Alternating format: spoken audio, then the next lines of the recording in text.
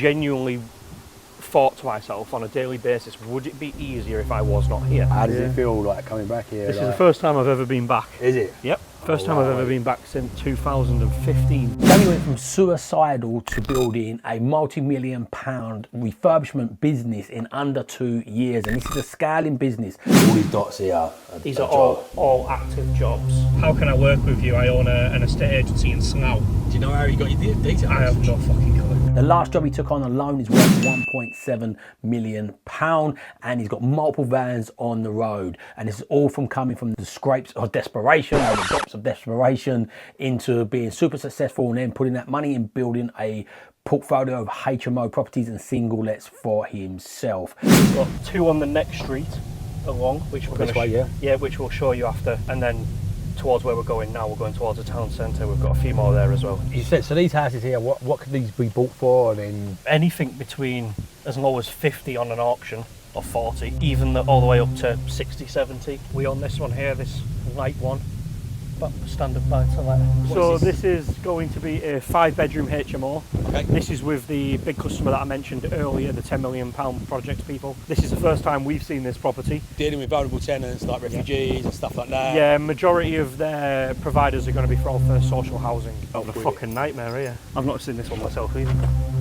I spent a day with him where he explains and goes into depth and really shares openly what happened in his childhood that caused him to being the way he was as he got older, and how he's overcome that and how he's now building this business. It's a super inspiring story, so make sure you watch to the end, because that's when he shares that part. But we go around looking at all his projects, the different stuff he's got going on at the moment. But before we jump in there, make sure you hit that like button, and please make sure you watch this to the end. So this is kind of what I wanted to show you, and I'll show you the schedule as well. These are all the current active jobs in. So all these dots here These are all active jobs. Yeah, active jobs, 235. As you can see, we're actually starting to progress like down, and then we're slowly coming across. Right. We're trying to cover like this whole M6 belt, kind of like the goal. Where's this other one? You mean, yes, you said you're going off to another big site that you've just won. Yeah, over here in... I'm terrible with maths. I'm in maths. I'm terrible with geography. There's one there and there's another one down here, but I haven't visited to here yet. So this is that one here. Yeah, so we've got this one here, and then we've got another 2 just here, in here. One of the things putting me off developing the most is the trade, especially going to different locations. What are you doing? Like, where do you go about? And again, it's been really valuable for the audience. How do you go about just going to grab them trades guys in these new areas? Usually we only take on people that have either we've got word of mouth for, yep, or we've headhunted and poached them from better companies. Right, okay, and we usually offer them a better quality of life. Right, okay, yes. And I know that sounds a bit vague, yep, but for better quality of life to a builder can simply be they don't have to travel 2 hours to work every day and not get paid for it. Yeah. Or it could just be an extra £1 an hour. Yeah. Or it could just be they're working within the small town that they're from, so they're getting home, or paying for the fuel to get to and from work. It's only small changes, but they're the things that we've realised that actually works the best for getting reliable trade. You don't have to go crazy in how much you pay them, but as long as you improve the quality of life. Value them as well, I guess, yeah. And then obviously here, I can go down closer into the area. These are all the current active jobs up in the northwest. Tomorrow we are going to here in Barrow and Furnace. As you can see, there's a lot more jobs going on there at the moment. They're all maintenance jobs and refurbishment jobs. So what's the difference with the colours on these? Like, what's this colour coding? Different states on different parts of the job. So some are ready to go ahead, some are ready to be inspected, some are quoted or waiting for approval. Right. Some have been quoted and approved and now ready to actually get a tradesman in there to do the job. It's just different states of the job. What are you hoping to get out of calling me? So are you aware that I own a maintenance company and refurb company as well? So how about this then? I think this will be better. If I can provide you with maintenance in that area, we've got the ability to throw vans in the area as long as you've got over a certain number of units. I can give you maintenance and then we can give you commission on the back of that maintenance. In terms of where you said you've got a lot of investors there, if you can refer the work to us, as in building work, whether that be refurb, development work, anything you need, we can give you commission on that back end. What I'll do is I'll text you my email, and then what I'll do is if you can get your lettings team to maybe reach out and contact me, because then what I will do is I'll give them all of our details in regards to maintenance. We'll then provide you with all of our insurances and so on. Right. So what was that? Was that somebody cold called you? And, yeah, he cold called me and was like, how can I work with you? I own an estate agency in Slough. Do you know how he got your details? I have no fucking clue. It's amazing. When you That's start, why I was like, who is this? I don't even know why you've called me. I see the tone of it. That's why I quickly turned the camera on to try and get some of this. So there's a few questions around that. So where did that finish off with you? Have you left? I heard you say I'm going to give you your email. Yeah, so I'll text him my email, but he actually did say to me at the end there, I've got your email already. And then he said, I'm going to pass it around to the team. So obviously in an estate agent, he's got two areas, lettings agents and the estate agents. So I thought, how can I monetize both ends? Lettings agents, I can provide the maintenance because we've already got the vans, or I could easily throw in a new van in the area, as long as, that's why one of the first questions I asked him was, how many units do you have? Yeah. And he had 350 units, which is enough for one van for maintenance. Yeah. For us to at least have a start where we then go out and branch out and get additional demand for the other agents in the area. Got ya. So reverse engineer like the rest of that progression through, because I heard that, but like reverse engineer how you progressed him through, what your thought process was going through with that, what will then qualify that with you, what sort of things was you doing in that conversation to try and strengthen that, if that makes sense, to progressing that forward. I don't know how to explain it. The best way to do it is, he came to me saying, how can we work together? In band, warmly. Yeah. So I didn't really have to work hard. Mm-hmm. I kind of switched my tone of voice to be coming across as more authoritative and a bit more confident in what I can provide. Yeah, so that's why I would then say, look, how many units do you have? So it sounds more like we have a requirement for him to work with us, opposed to the other way around. Yeah. So then he told me the number of units, at which I said, right, how about I'll offer you commission based on the lettings word that you can give us. So now he's going to go out and get it that way. But then he said about he's got an estate agent, and one of the things he said on the phone is, we've got access to a lot of investors. Now, I've got no interest in raising the capital, but I am interested in the properties that they sell that require a lot of work. Yeah. So that's where I said, right, well, how about we'll give you the commission based on the refurbishments that you can provide us. And how do you do that commission base? Is that based on how many units they can give you? Like, is that like it's based on the revenue. It's based on the total build cost of the project.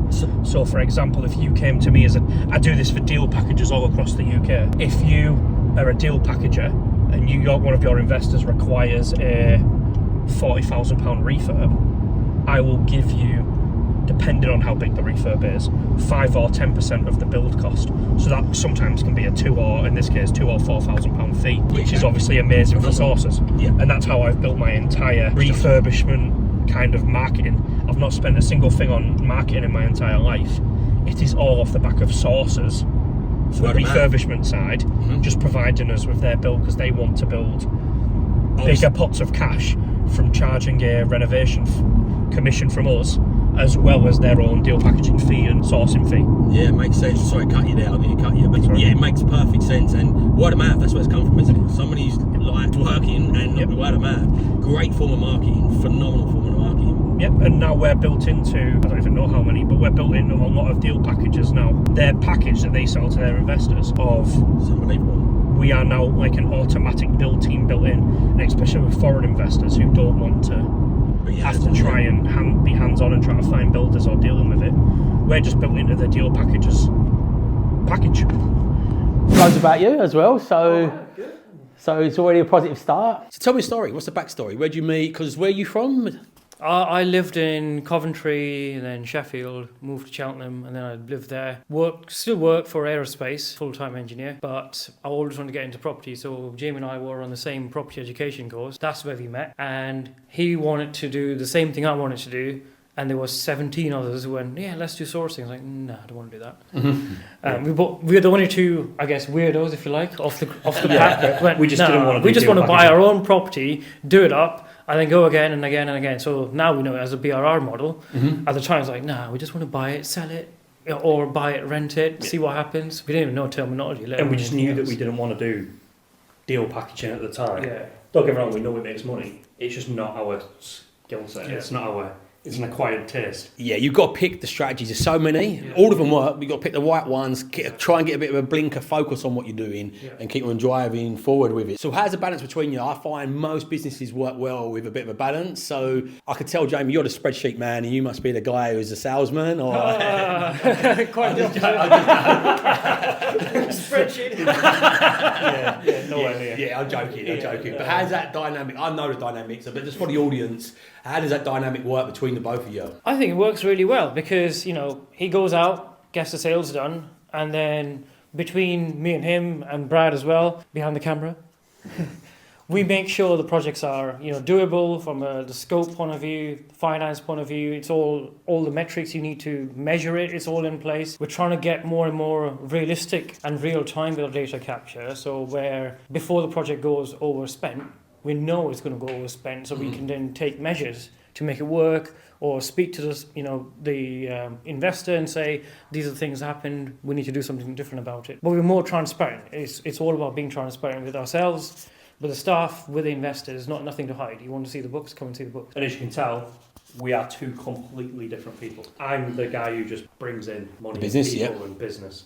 And you clean up the mess. And he's always says, can we do that? Is that actually possible? We need that. You need that balance. One of the big mistakes is because naturally people usually gravitate towards personality types because that comes down to personality profiles. Yeah. And you're straight away could see you're an analytical type person, numbers. My eyes glaze over when I see numbers and stuff like that. But the problem is if it's me and you in a business together, we've got similar sort of personality types. Yeah.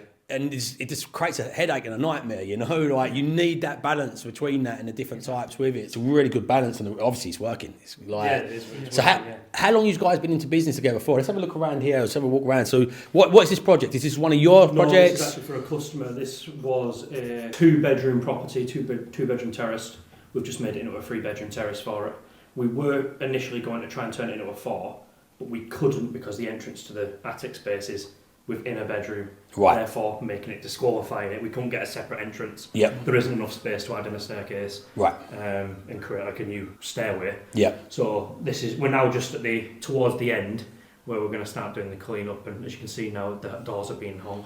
Yeah, okay, so let's have a little look around while we're talking with this then. So what's the story with this then? Is this just straightforward going to be a family? This is just a buy-to-let? Standard buy-to-let. And is it like a BRR sort of one then? She's mentioning... I think so. So the investor is actually from abroad. Okay. And his plan is just to keep it as a standard buy-to-let for a family. This is just the additional room upstairs. So this is not a class as an official room though, is it? I don't think, because the head space and stuff. No, it's not, no. It'd probably be like a storage or office space, something like that. Or someone might use it for a kid, but officially it's not classed, is it? The great thing with these is it does bring value. Like families still see it and go, wow, this is extra space. Like, even though it's not an official room, it'll still kind of class as a room. And what a lot of people don't understand is that in this area, for a property this size, you can still purchase them for £50,000-60,000, which is incredibly cheap. Yeah. Just to buy this run down, and you can spend maybe 20-30 grand to get it done. Right. And you're adding significant value to it. So what would the end value of this be then? So it's been what was it purchased for, if you don't mind sharing? I actually don't know. Did you know the numbers of this one? No, on this one. So we didn't tell us. I can give you an example. Oh, so this is just on the refurb side. So they just bought it, they're dealing with it, you just come in and photo them on. Yeah. But to give you an example, we own a property on Rawlinson Street, just around the corner where I shown you on the way here. And similar to this one. It's very similar. We actually have an attic room which is within a bedroom. Same, very similar layout. We purchased that for 53. We spent 27,000 on the refurb. It got revalued at 115. Exact same size, same layout, just about. So it gives you an idea. So it kind of gives you an idea of what's possible in the area, and it's literally just a few streets away. It's not. These are pretty. At least it's standard how we do it. Like, is this a Howden's floor pack? This one. Pretty much, I think so. Is it? Howden's, Greenwich Kitchens. Howden's kitchen, Howden's floor. Yeah. Our main suppliers, pretty much for everything we do, Howden's, Travis Perkins, the standard. The doors. So. Yeah. It's slightly different direction. Most people on property courses, myself included, usually go in the direction of deal sourcing, maybe project managing for deal, as a deal sourcer, but not as theoretically you're becoming not construction company, but kind of a constructionish company. Yeah. So where was the angle with that? Why did you go down that sort of path? Interestingly, we didn't plan for it. Right. It was never a goal. Yeah. It was a happy accident. We had our own refurb team. Yeah, exactly. Happy ending. Yeah. The refurb team literally started with Brad on his own doing the refurb in our own property, and we kind of needed a way to pay him to do it, at which he came up with the idea of why don't we do maintenance, at which that's when we started doing the whole cold calling. I started cold calling all the lettings agents to then sign on maintenance. He was basically doing maintenance in his own time in the evenings, so then we could use the profit from that to then pay him at the weekend to do the refurb on our own property. Then we then got out, additional demand started to come in saying, like, can you do the refurb on this? Can you? And it just came from there. It was all happy accident. And we thought, well, why don't we create our own internal ecosystem where we essentially our own customer? Whilst we do our work, we're doing other people's work, which then gets handed over to a lettings agent, which we own the maintenance company for, which is the provider for them anyway. So we're essentially becoming our own customer whilst building our other company's customer. And that was kind of the thought process. It wasn't intentional, it was just a happy accident. Yeah, evolved into that. Yeah, exactly, Nice happy ending. It was like a massage with a surprising happy ending. Yeah, exactly. Yeah. Exactly like that. But it makes sense. What I say to people, like I'm a coach and I coach people, I say you need to get an active income. Yeah. And if the active income complements what you're doing, one of the massive mistakes I made early on in my journey was open a coffee shop to try and get active income, to put into my property income, to build my portfolio. But it was outside the ecosystem. And you've only got so much attention. It's splitting my attention trying to think about where's the best place to buy beans and hiring staff in this, and I'm trying to build a portfolio. Where deal sourcing actually complemented building my portfolio. Same as this complements what you're doing with your own portfolio anyway. You need builders, you need to be managing this anyway. So that's just the perfect solution. And where you stumbled into it, like, yeah, it's brilliant. And now the main aim is to add vehicles all over the UK to essentially be the British Gas but of maintenance. Yeah. That's kind of the direction we're trying to go with. Love it. This one's for a customer. We've got two on the next street along, which we're going to which we'll show you after lunch. And then towards where we're going now, we're going towards the town centre. We've got a few more there as well. That one was for a customer. On the next street, another one's for a customer, and there's one a couple of doors down which we own. You said, so these houses here, what could these be bought for? And then anything between as low as 50 on an auction, or 40, even all the way up to 60, 70. These are run down, is what I mean. Yeah. And then when you're refinancing them or remortgaging them, you can get as high as, if it's a 4-bed, anything up to 140, maybe 135 if you want to be a bit more safe. And then down this bottom end here, Brad's actually done a lot of work on some of the bigger refurbs. Some of them are 3 stories and they can go up to 5 or 6 beds. Am I correct, Brad? Yeah, there's an 8-bed on the Nelson Street. Yeah. So majority of them, as you can see, a lot of them have lot boxes outside because all of them are being turned into HMOs. This is it's an industrial town because of B. What's the BA systems you say? So they're obviously for the MOD. Okay, They've got them all over the UK for building different types of vehicles for the military. Basically, the one here is for building the submarines. Right. Then we have the one up in Scotland, which is for building aircraft, and then one down in Portsmouth for building the. So there's jobs ships. here at the moment then as well. A lot of jobs, yeah. Okay. And in the town centre, they're changing it to. Well, not changing the town centre. They're building a university in this centre. They're adding like a university for people who are then going to go work in. See the architecture here. This I was saying before as well. Like, look at them buildings. Like, they're unbelievable. What happened is that with the north-south divide, we had the Industrial Revolutionary from the 1700s all the way up to the early 1900s.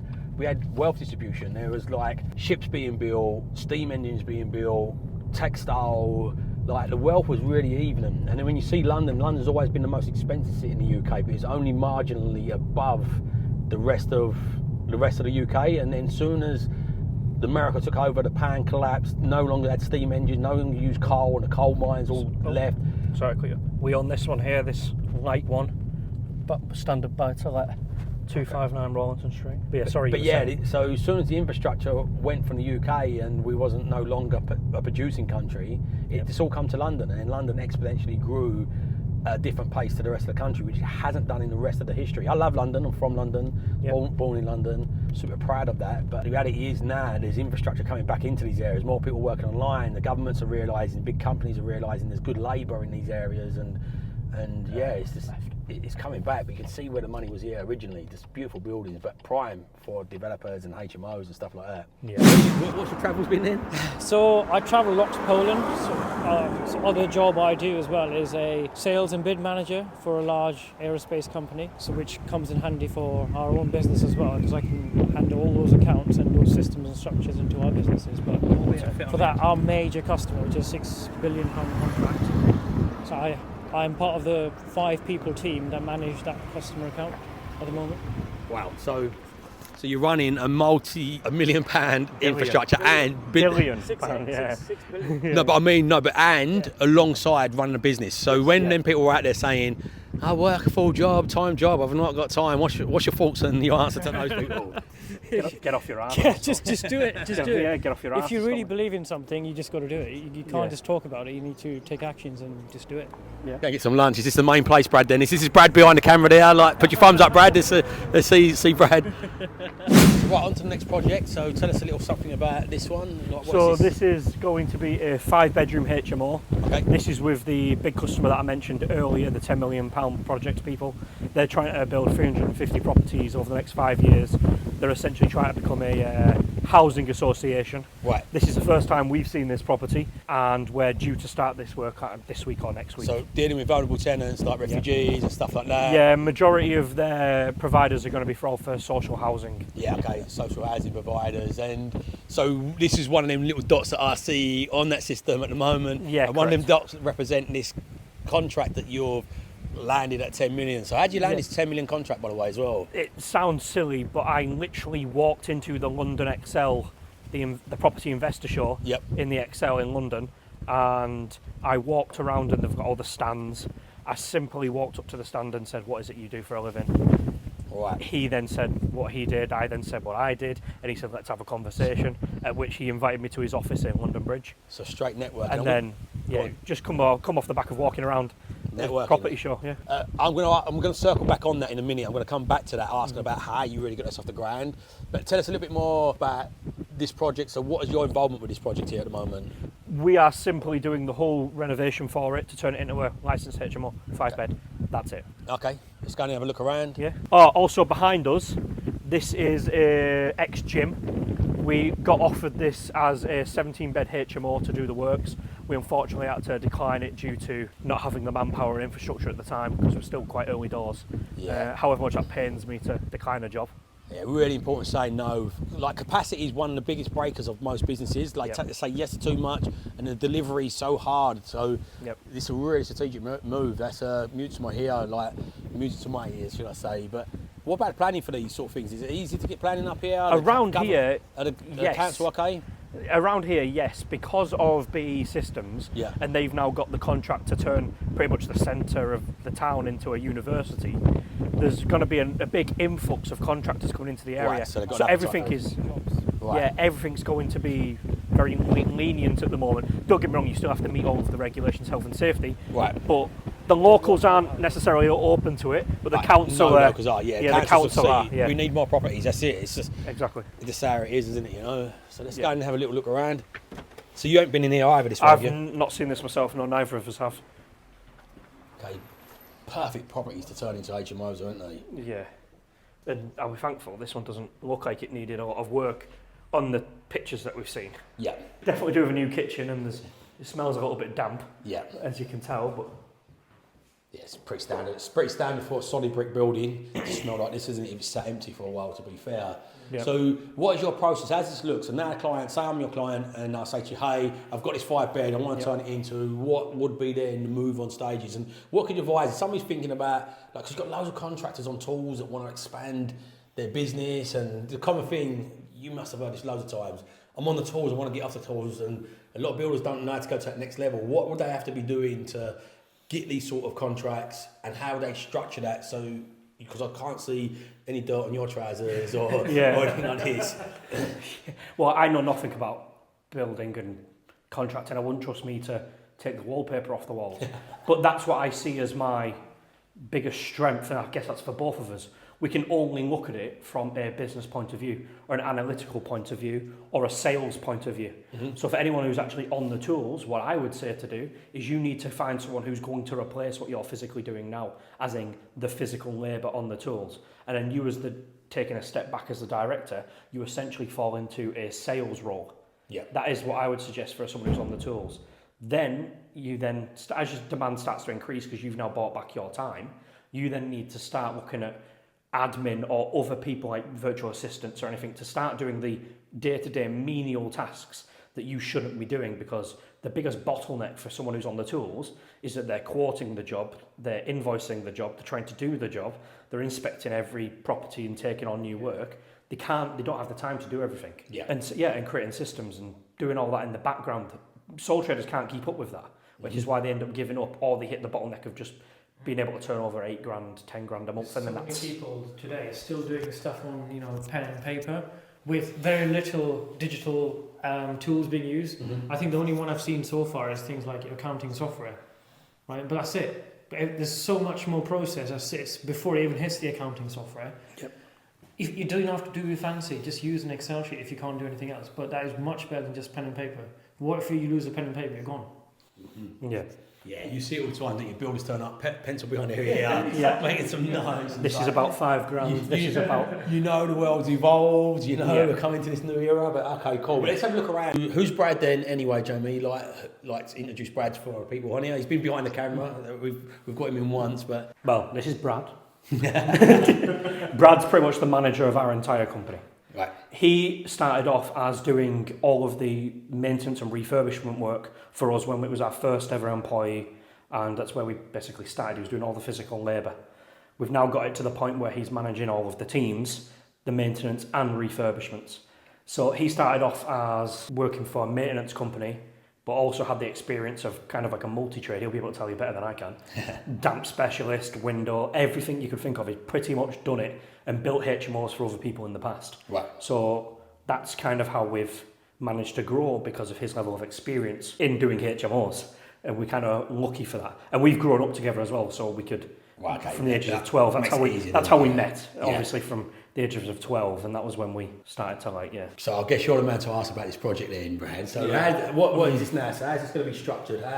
Do you know the layout off the top of your head on this Yes, one? I know, yeah. So basically, it's Explore us around and tell us. Yeah, so kitchen's staying here. So the kitchen's getting completely ripped out. It's getting a brand new kitchen updated. The flooring's getting changed. This is going to stay communal space because it's already, as it sits, a 4-bedroom property. Right, okay. The only issue that we're going to have is changing the doors to fire doors, and even then, all we're going to do is router them out and put intermittent strips inside the fire doors rather than take the casing out and replace the casing. Okay. Obviously, so this is exactly as it is. The first bedroom you see is where the living room is. It's just in here. So this is your first bedroom. It's going to be a double bedroom.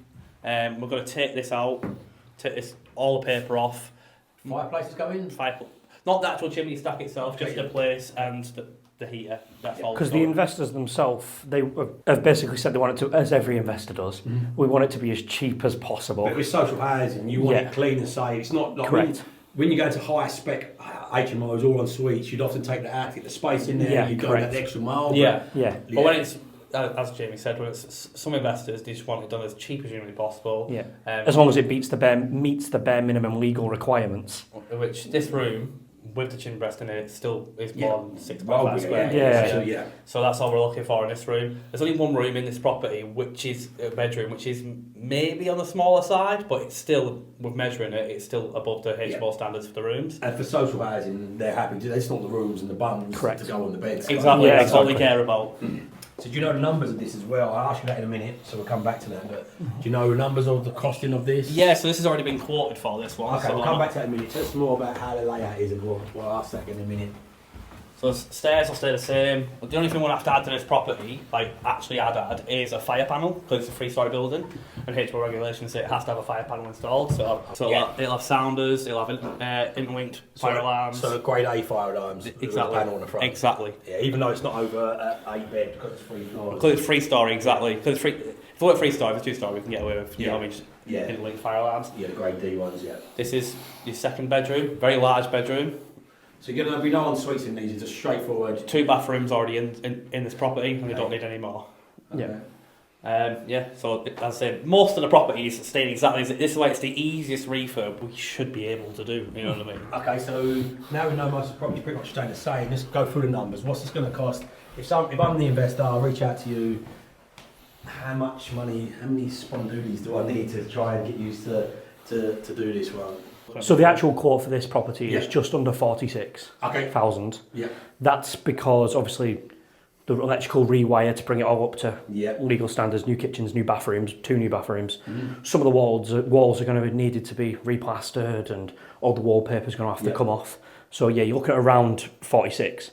In this area in Barrow, the prices for a HMO refurb are usually between £13,000 and £15,000 per bedroom. Right, That's yeah. kind of like the average. Standard across a lot of places. Depending on what needs to be done, but that's the average. Yeah, so this is the small room. This is the only room that we're questioning whether it's actually going to be big enough on its own. Yep. But it still meets requirements. It's just big enough.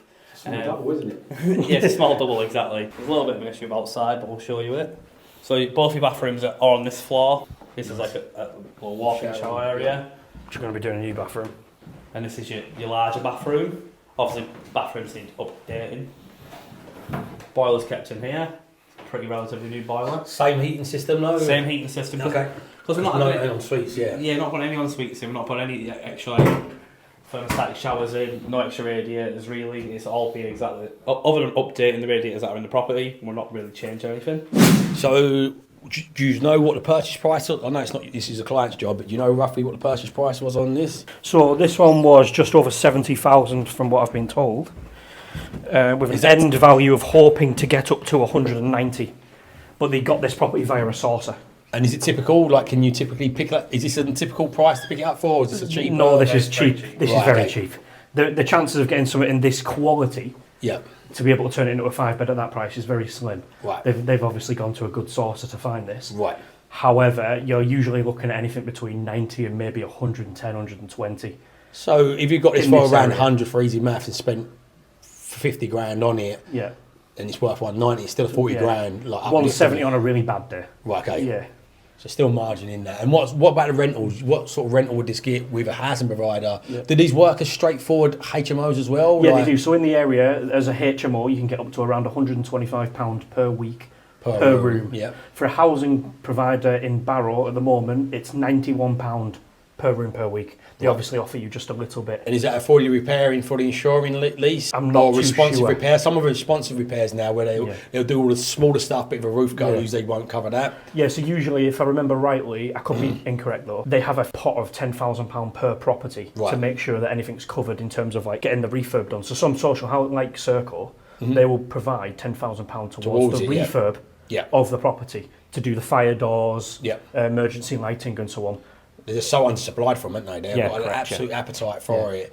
It's unreal. Okay, cool. We are off to 49 Parry Street, just around the corner. This is a customer's house. This was kind of a botched job.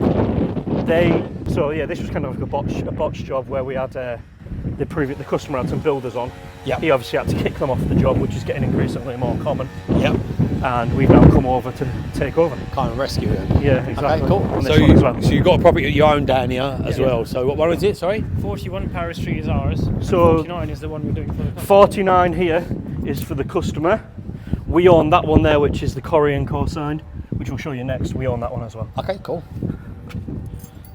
Shouldn't say for sale.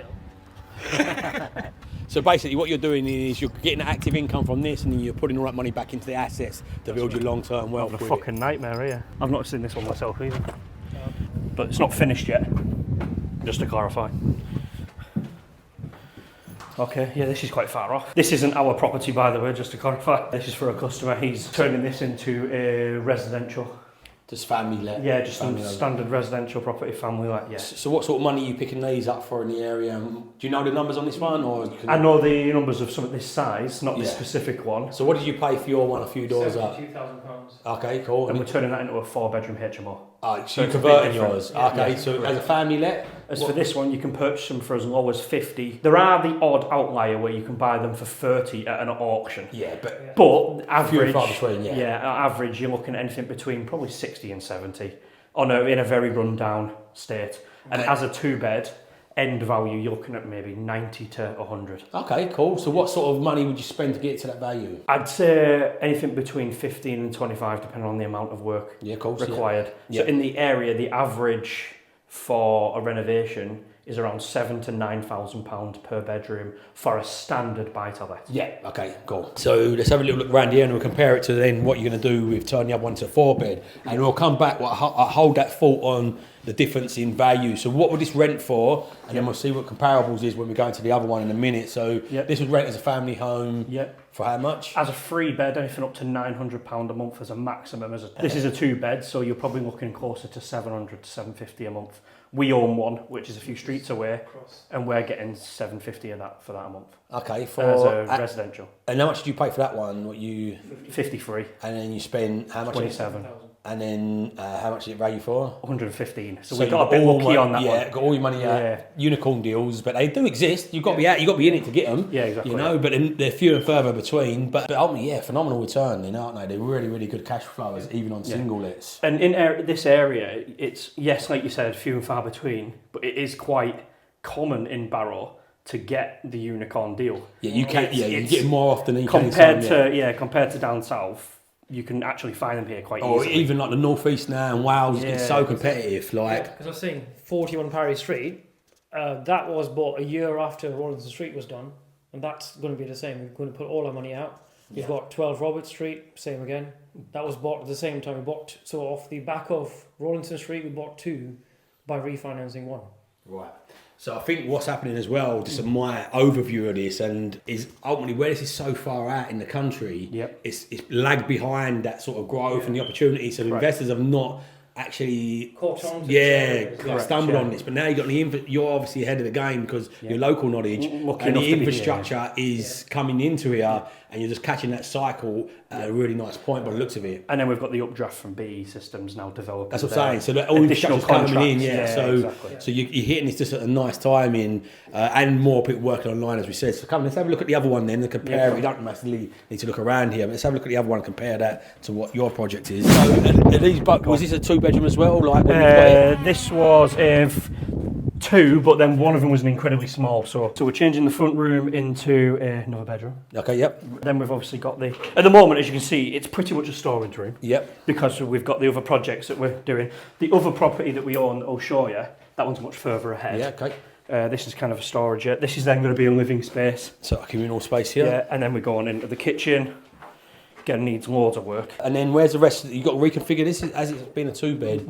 What is this going to be, a 4-bedroom? Yeah, correct, yeah. So the easiest way for us to reconfigure this is by turning the front room, which was a living space, into a bedroom. Let me ask that again. So how are you going to configure this? So you turn that into a bedroom? Turning the front room into a bedroom, and then there's 3 upstairs.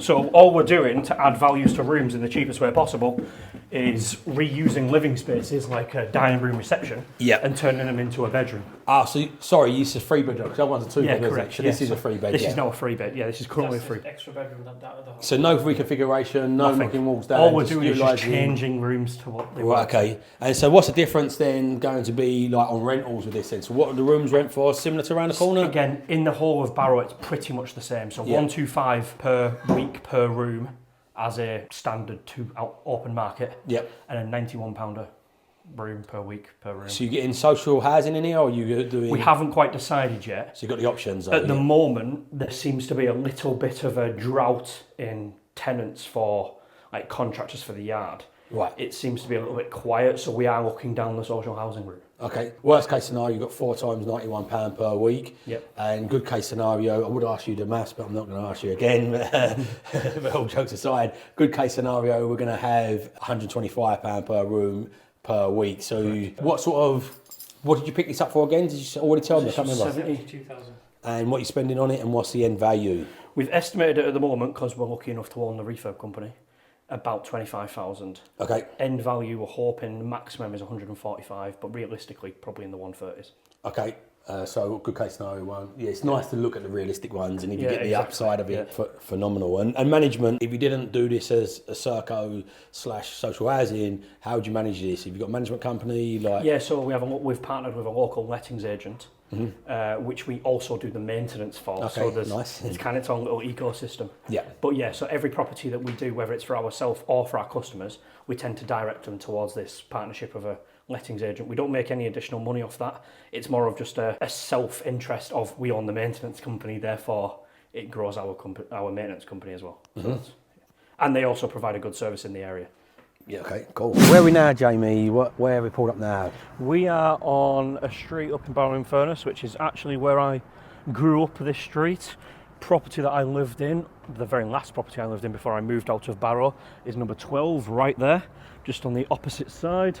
Here there with the white door next to the cream coloured building. And this is where I lived with my grandma until I left and joined the military. And then it was actually at the top of this street just behind us now, which is where I unfortunately, as you heard in my life story, found my father dead, where he crashed into the wall at the top of the street. Wow. Literally just at the top of the street here in the brown wall.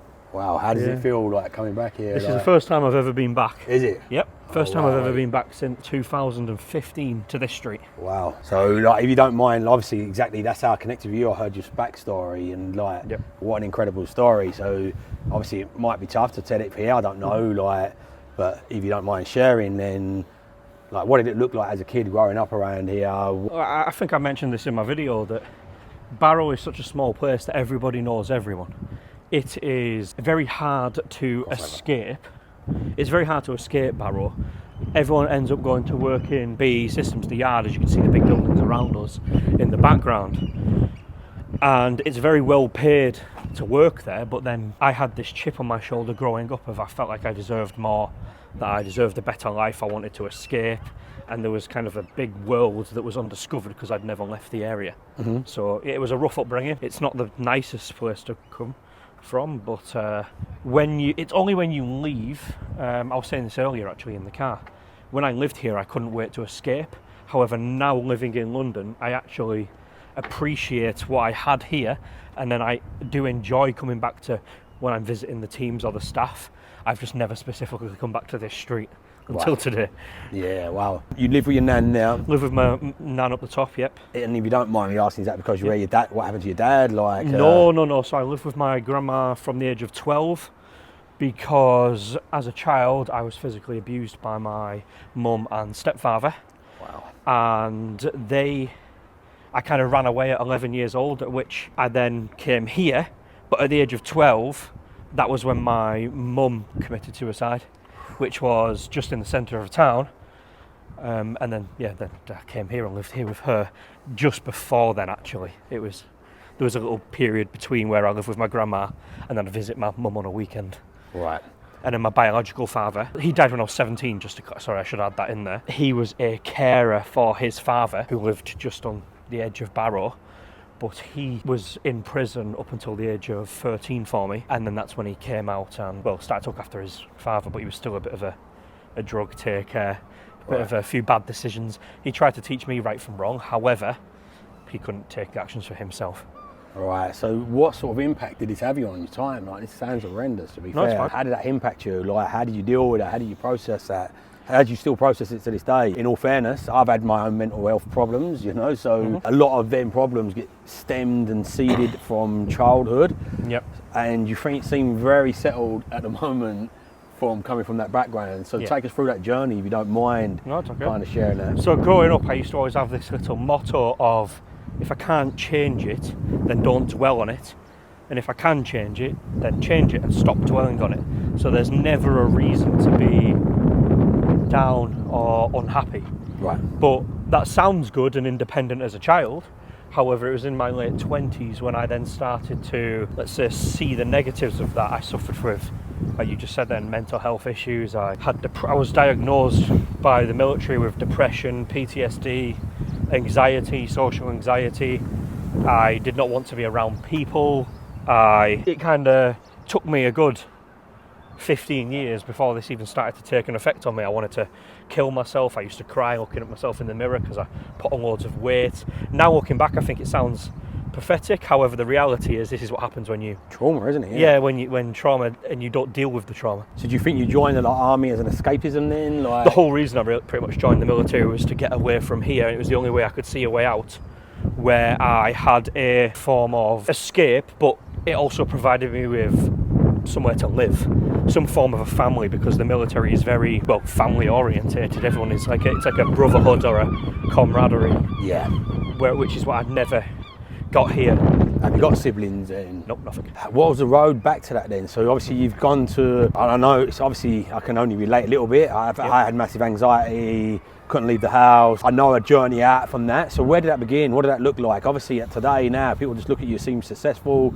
Yep. You're sanding yourself. If I didn't know that story, I wouldn't have guessed it, if I'm being honest. So massive well done for that, because I know the journey back. But where did that begin? What do the steps look like? Because so many people are suffering with mental health silently, especially in the entrepreneurial space as well. Yep. And how did that look with, I know there's a lot of questions here, so apologies. No, sorry, don't worry. But how does that look with the pressure that do come with business, you know? Like, or do you think that has crafted you because you seem to take it in your stride with the businesses at the moment, or is that just the facade again? Or is that how it actually is kind of thing? No, I'm not going to sit here and pretend that I don't have my days where I mentally struggle. Of course I do. We all do, yeah. But it got to a point where, like I said, I wanted to commit suicide. I genuinely thought to myself on a daily basis, would it be easier if I was not here? And it got to a point where I just thought, you hear it all the time with these cliche things on social media where the struggle became too much to bear, therefore I had to make some form of a change. But that genuinely was what it was. I was in the military not getting paid a lot of money. I was skint, I was in debt, I hated myself. It literally just got to a point where I thought I need to do something, which is then when I started to search online for all these get rich quick schemes like affiliate marketing, drop shipping, everything. And I did all of that. I tried to create websites, I tried the drop shipping, and I failed at every one of them. And then that's when I stumbled across the whole, you know, everyone jumps on the bandwagon of seeing a Samuel Leeds video. And then Well done, Samuel. yeah, Samuel Leeds video where he sells it and it makes it sound easy. The bare basics of what he teaches were Fundamentals. the fundamentals were perfect. Now that then made me go down this rabbit hole, because growing up I kind of had nothing and I had this chip on my shoulder of thinking I deserved more. It kind of built this, how do I say, a very addictive personality. Anything that I wanted, because I was so hungry from not having it, I would then latch onto it. And that's the same goes for property and business. I then would consume every hour of my day, I'd spend every hour of my day trying to consume as much content as I could to learn everything about property. And that's what I did before I even bought a house or knew how to buy a house. I would consume everything I could before I'd even taken any action. Yeah. And then that's when I then came across Jamie York, who was actually the first course I ever paid for. I don't know if I'm allowed to make that plug. But it wasn't intentional. Yeah, no, Jamie's an absolute legend. Yeah, definitely. Like, if I was circling back to the beginning of my journey, I think he would definitely come up on the radar of the list of people I'd give money to without question of a doubt if I was looking to learn property again. But it's a massive step in it. When you start investing in yourself, when you pay, you just pay attention, basically. Yeah, exactly. Like, I've literally just joined two 15k masterminds this year, 30k into my investment. And what investment? It just takes you forward. But anyway, going back to you with this, you stumbled across Jamie York. Yep. And that's actually where I met my business partner, Abhishek. We met at a networking event ran by Jamie. I kind of overheard him across the room saying he had £20,000 in the bank account, but he didn't know anywhere to invest or where to put it, because he's from near Bristol, and down there the house prices are obviously much higher than Barrow. And me being from Barrow, I already knew that you could buy a piece of shit for 50 grand. And you still can to this day. Obviously it's getting harder to find, but that's when I then approached him and said, well, how about this? How about we go 50% on a company, you put in that money for the deposit, we use the education that we've just learned via putting it with bridging finance, and then I'll figure a way of getting the refurb done. And that's essentially where it all started. So he seeded the first money, you had the location and the area. So typical JV, and now it's obviously developed and got momentum to where it is today. So, and now it's turned into an investment company, a maintenance company, a refurbishment company. And looking to take on a global sort of stance. So again, circling back to there, how do you deal with the pressure now? How do you deal with your mood? Like, obviously we do have ups and downs kind of thing. But I know my path out from this. So what was the steps with that? Like you said, like there was that changing point. What action steps did you walk through? If you don't mind me asking. The reason I ask is I know it's important for people. So many people are suffering in silence. So what was them steps? How did that look? Like can you remember back to that? I remember for me, for example, I was in my mum's box room. I wouldn't go out the house. I wouldn't speak to anybody.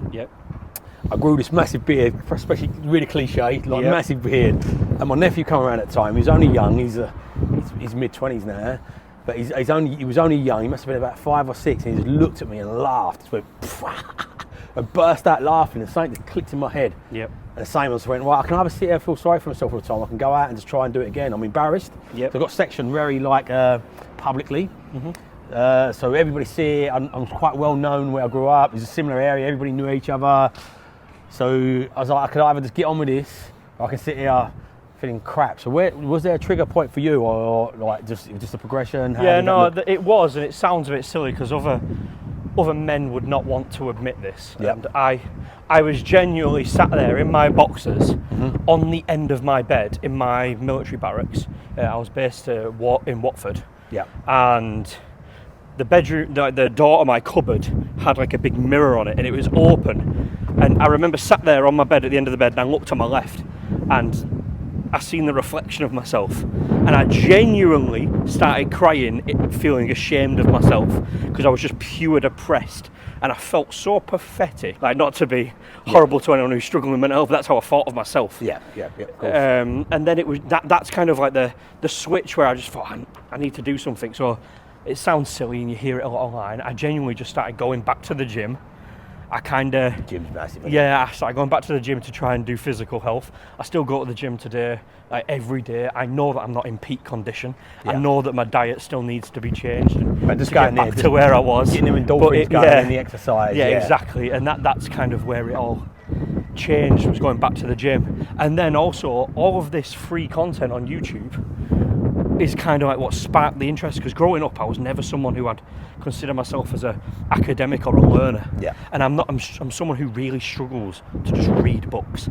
I've never read a book in my life, Right. and I don't intend to. I've listened to one now recently, Yeah. but I've never read a book in my life. The whole thing for me was the ability to learn just from watching videos online. And that was kind of like, because everyone's got their own way of learning. For me, that was watching a video and trying to figure out how I can do it myself. Yeah. Because I'm kind of like a visual Learner. learner. And for me, that's kind of then where it all changed. And Wow. that's when I thought I need to make a change. And now, like, so do you feel accomplishment now? Do you feel No. proud of yourself? No. You still don't, like, to No. this day? Like, No. you, like, Don't get me wrong, I've had a lot of feedback online from people saying, like, how have you managed to do what you've done in such a short space of time? Or you should be proud of yourself for what you've done in such a short space of time. But you hear all the time, you are your own worst critic. And I am genuinely, probably to an unhealthy amount, Yeah. my own worst critic. I know that I will never be happy even if I'm a billionaire. Right. But I've just had to come to terms with that and make the best of that. Yeah, it's subjectable happy as well. Though. Exactly, yeah. Buddha said this thousands of years ago, the most common form of suffering and unhappiness is an unrealistic expectation on Yeah. happy.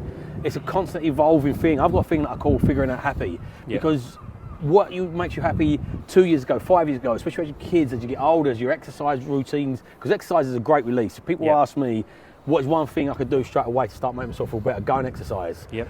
Without question with that. So, but I've also realised, for me, one of the biggest things that's actually improved my mood as well as working out, and it sounds silly, but is genuinely just being around people that Yeah. are in the space that I want to be in, Yeah.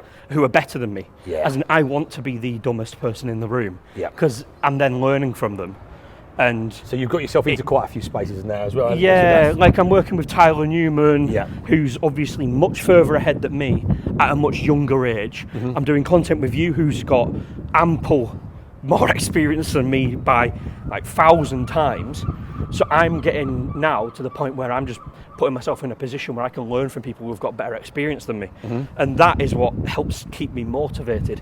I don't want to be in a position where I'm the smartest person there. Yeah. Because then my motivation will go down and I'll get a bit complacent. Maybe ego will take over, and I don't want that. Absolutely. So I've got to keep myself humbled and around people who can keep me going. yeah, you're a And I'd say that for everyone. product of your environment. I was brought, like, the main reason, like, people say, why would you invest in that? Why you can't get the information for YouTube? I said, you can't get in them rooms, you can't get around them people. Yeah. Just being in the same proximity, I can't even Proximity. Proximity, that's the word I'm looking for. But just being around these people just changes you. Because the biggest thing that holds us all back as well is fear quite often. Yep. And if you let your brain get control, like run away with that, Yep.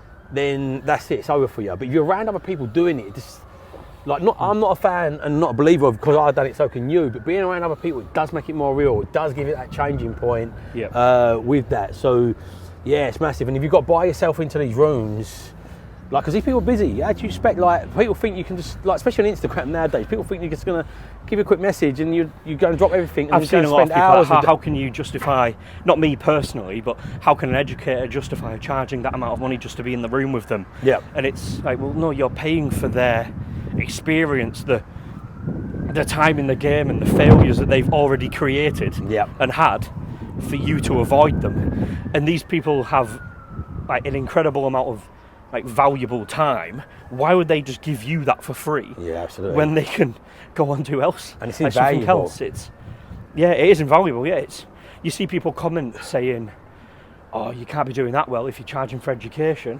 No, to own a successful education company, you usually have to have some form of experience or time in the game or understanding to be able to then charge for your knowledge and the value you can provide.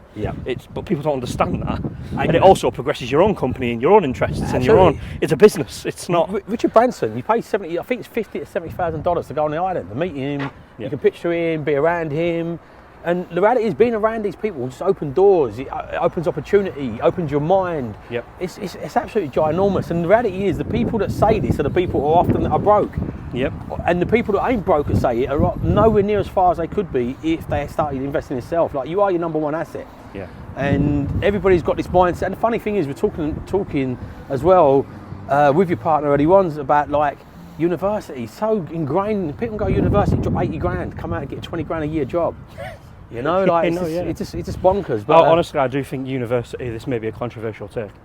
I do think university is a massive waste of time, unless it is a topic which literally, like a doctor or a lawyer, which specifically relies on that degree.